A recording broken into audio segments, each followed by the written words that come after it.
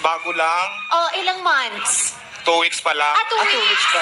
Pero yan yung... So hello, what's up sa inyo guys? So welcome back ulit sa ating panibagong video. Ay ngayon pa tayo nakagawa uli ng reaction video. So ngayon guys, hindi na bago sa inyo itong pag-usapan natin ngayon.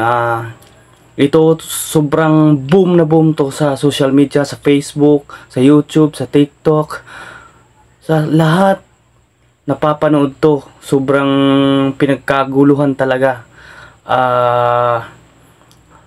Isa sa pinakasikat na pinagkaguluhan ng mga vloggers, ng mga businessman sa buong mundo, sa Pilipinas, ang taong ito, walang iba kundi si Diwata.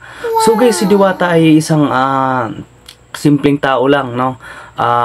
Taga Tubong Samar, isang waray.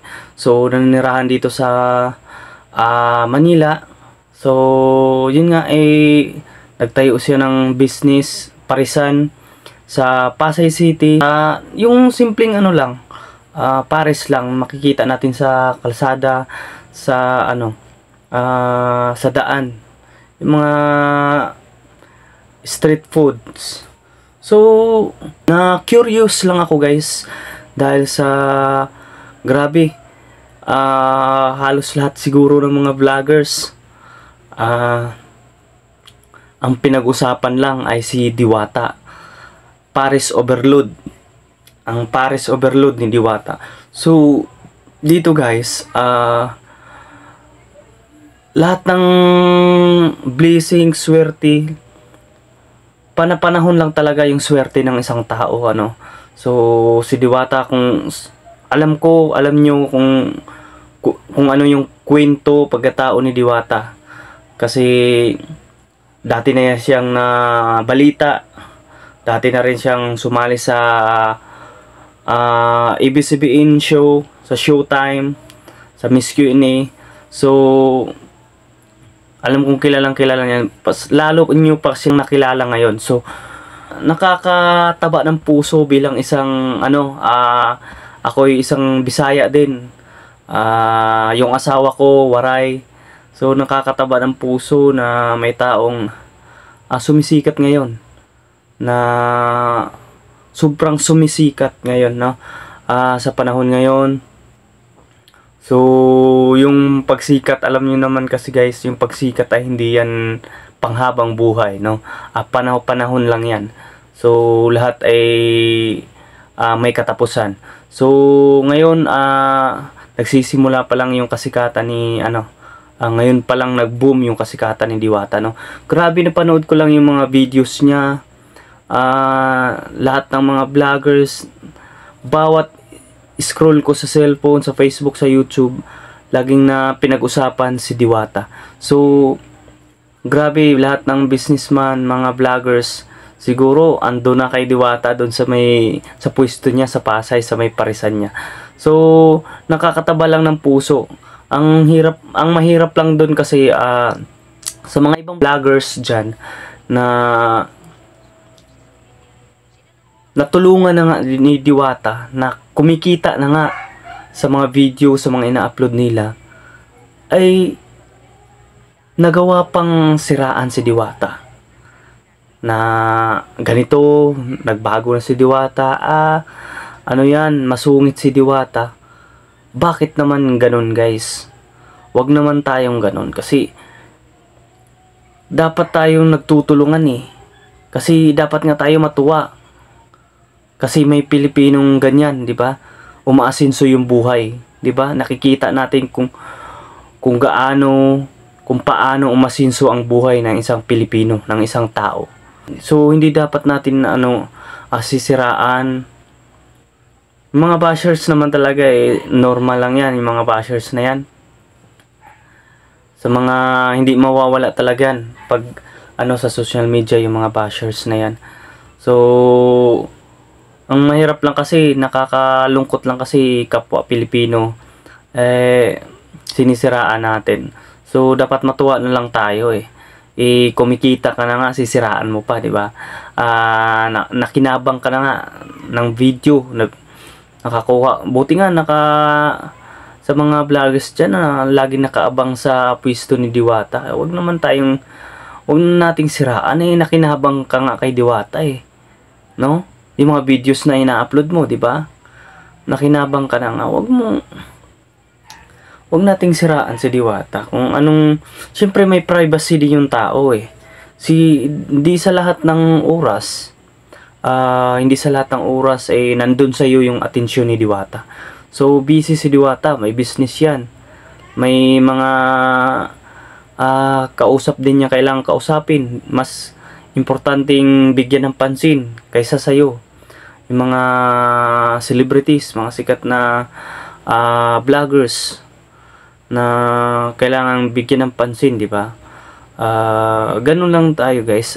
Hindi naman sa lahat ng panahon na nasa iyo yung atensyon ni Diwata. So, nakakaano lang kasi maraming kung kailan sumisikat, kung kailan umasinso yung tao, meron din talagang hindi talaga mawawala yung humihila pababa, no? May mga tao talagang pilit kang hinihila pababa. So, nakakalungkot lang. Dapat lahat ganito yung mga vloggers, no? Hindi ka lang nakinabang, dapat tumutulong ka rin, di ba? Hindi ka lang nakinabang kay Diwata, dapat tulungan mo rin si Diwata, di ba? May balik ka ring tulong. So, katulad ni Rosmar, di ba? No? Nagbigay ng pera, 1 million pesos, nagbigay ng house and lot, nagbigay ng motor, at isa pa, nagbigay din ng container house, di ba? Yung parang office, parang pahingahan ni Diwata, di ba? Dapat ganun, no? Nakakatuwa, no? Si Rosmar talaga is matagal ko na tong napapanood. Niya talaga sa na tao, napakabait, napakamatulungin. Lahat ng natatanggap niyang blessings ay binabalik din niya sa iba. Lalo na yung mga nag-uumpisa pa lang, nagsisimula pa lang sumikat, nag-uumpisa pa lang magkakaroon ng pangalan. Dapat ganun dapat tayo guys. So yung iba kasi ginagamit lang yung pangalan ni Diwata, yung pagkatao ni Diwata. Yung ibang mga vloggers na ginagamit lang si Diwata, pumupunta lang kay Diwata para, alam nyo na guys, hindi dahil yung iba na vloggers, pumupunta lang yung kay Diwata dahil gusto lang makaroon ng video pang upload, di ba? Yung iba naman is gusto lang siraan si Diwata. Ang kasi iba-iba kasi yung takbo ng utak ng tao, iba-iba din yung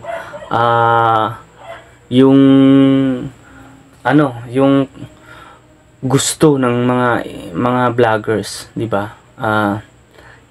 So kasi ganun talaga guys sa social media. Kung sino yung umaangat ngayon, nakikilala ngayon, kung sino yung mabango yung pangalan ngayon, andun naman yan sila, di ba? Andun yan sila para mahila din sila pataas, di ba? Andun sila parang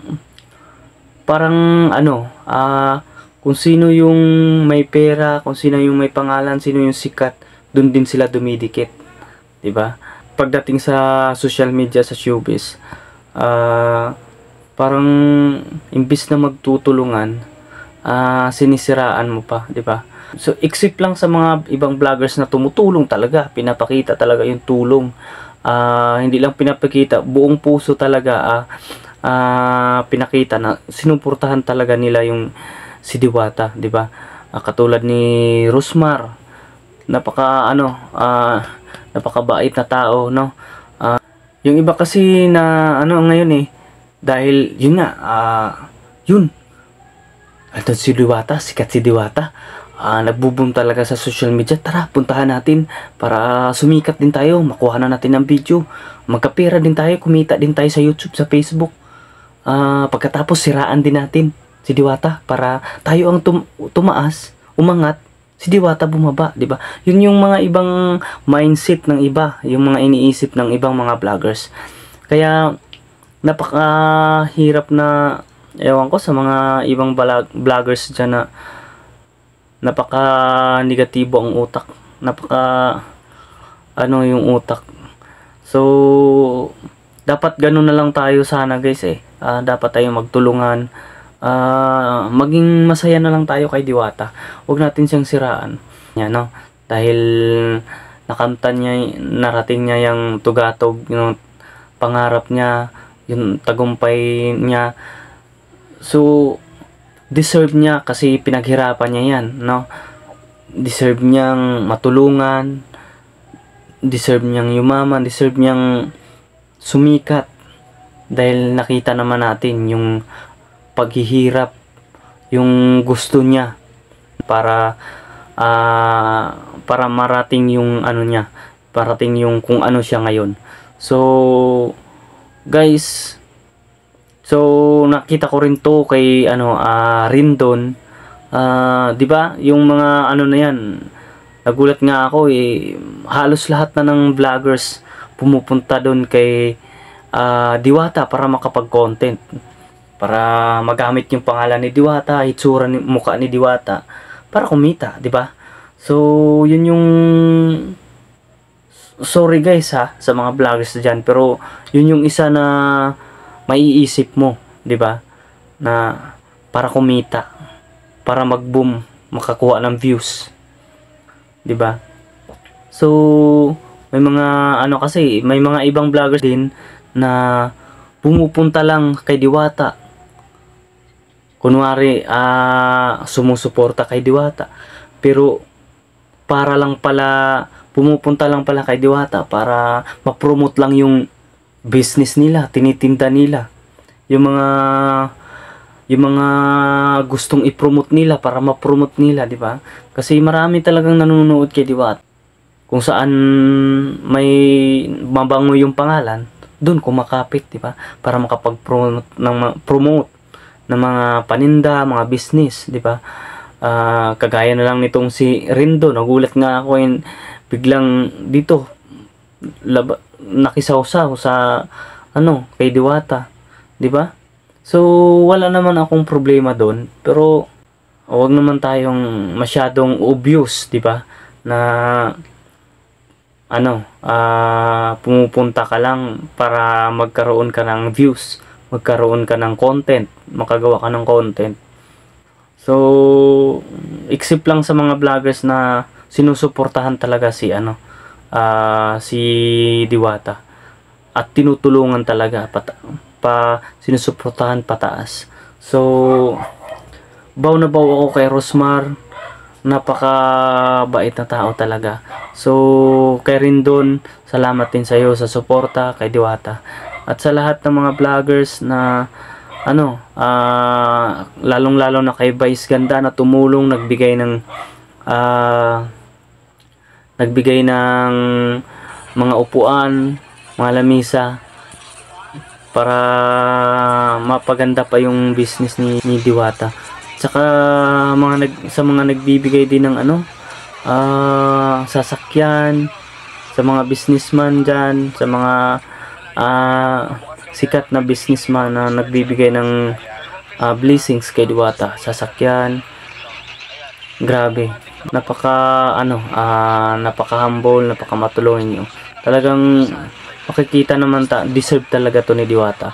At makikita natin na yung paghihirap para marating niya yung matupad yung pangarap ni Diwata. So, suportahan na lang natin guys, huwag na nating sirain yung kung ano siya ngayon. Maging masaya na lang tayo guys. So, salamat sa inyo guys. So, salamat sa panonood at sana suportahan pa natin si Diwata. So, subscribe nyo guys. Salamat. Kasama pala yung kotse na Toyota binigay sa akin ni Mano. Napakagalang kita man naman ang Linda. Galing kay Vice Ganda. Hello, maraming salamat. Ayan, pinadalaan ako ni Vice Ganda ng Upuan, mga brand new, at saka yung lamisa. Ay sir, tatanong ko lang, sir, kasama po ba? Ay may tent pa? Ay saka tent, maraming tent, tatlo yata. At saka, tatanong ko lang, sir, kasama po ba yung van? Ay, Diyos ko, akala ko ba naman kasama yung van? Pero maraming salamat ka mo, sir, ha? Maraming salamat. Alam mo ba, sa Bayas Ganda, idol ko talaga yan noon pa.